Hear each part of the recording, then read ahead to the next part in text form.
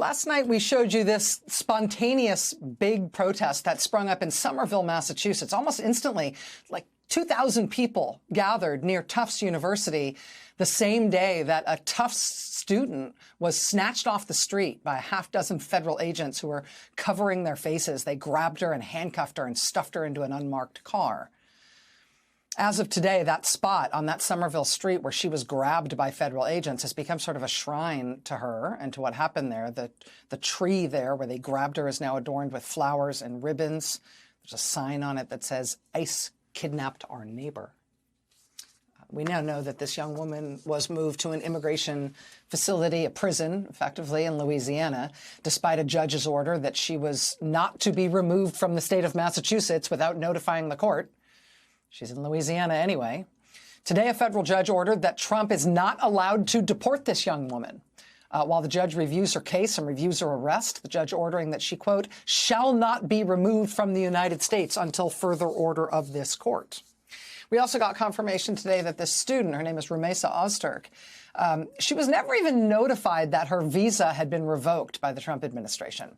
The Boston Globe reports today the Trump administration revoked the visa of a Tufts graduate student on March 21st, but never notified her before masked immigration and customs enforcement agents swarmed her on a Somerville sidewalk Tuesday and took her into custody. Just think about that for a second. Think about that. I mean, it's one thing for them to have revoked this woman's visa. I mean, it has its own First Amendment issues, right? Among other things, to put it mildly. The U.S. government is not supposed to be able to revoke someone's visa because they wrote an op-ed the president disagrees with or they went to a protest. That is one part of this fight. But it's one thing to revoke her visa. It is another thing to not tell her you have done so. Right? Because then the first time she finds out that she no longer has a valid visa is when she is physically grabbed on the street, thrown into a car, put on a plane, flown across the country and stuffed into a prison. Right? I mean, if you notify somebody that you have revoked their visa, they then have the opportunity not only to, potentially fight it, I guess, but they also have the opportunity to leave the country without being imprisoned, right? But if you just take their visa away and never tell them the way they're doing this, somebody in her situation, the visa holder who's had her visa revoked, she has no way to avoid going to prison. There's nothing she can do to avoid being imprisoned. Why do it this way? This is all going to be litigated. Rumeysa Ozturk's legal team, I should tell you now, includes 3 lawyers from the ACLU who have joined her case. And, it's worth noting that to the extent these immigration cases are getting into court, the Trump administration is losing. Today in New Jersey, people gathered outside the courthouse in Newark in support of Mahmoud Khalil, another grad student the Trump administration is trying to deport after snatching him from, I believe, student housing at Columbia. The courts have so far blocked Khalil's deportation. His lawyers are asking a federal judge in New Jersey to free him from the prison that he is sitting in Louisiana. In Virginia today, a judge did order the release of a Venezuelan couple who were arrested by immigration authorities this month. They have legal authorization to live and work in the United States, but they were nevertheless arrested and have been put in prison by the Trump administration. The judge in Virginia today called their arrests, quote, baseless and unlawful. The couple had already been arrested once and ordered released by a judge. Then the Trump administration arrested them again. Both times it was in front of the couple's young children. In the court hearing today, the judge, quote, rebuked government officials for claiming in court that the couple posed a public threat. The judge ordered both of them released straight from the courthouse.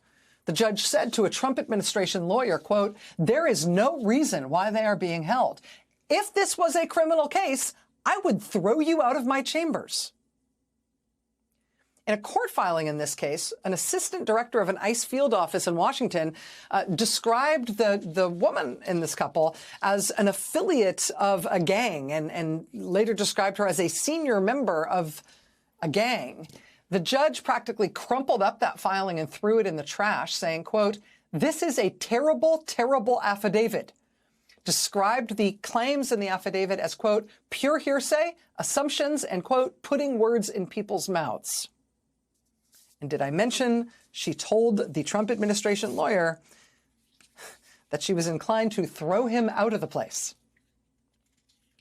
Like I said, the Trump administration keeps losing on this stuff in court, including this ruling tonight, which says they cannot deport people to some third country where they're not a citizen without due process under law. Like, for example, the way they sent hundreds of men to prison in El Salvador without any notice, let alone a hearing.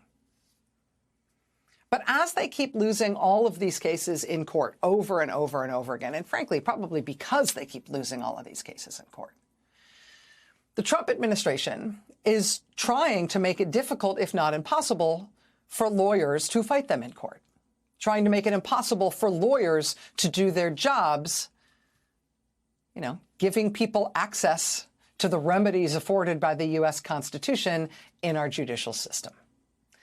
As Trump moves to try to intimidate and block the legal profession from doing its role to protect the Constitution and people who are in this country, it has very quickly sort of become in do or die time for the U.S. legal profession in terms of standing up for itself and standing up to his intimidation. A mixed record thus far, but a very, very urgent calling for the legal profession right now.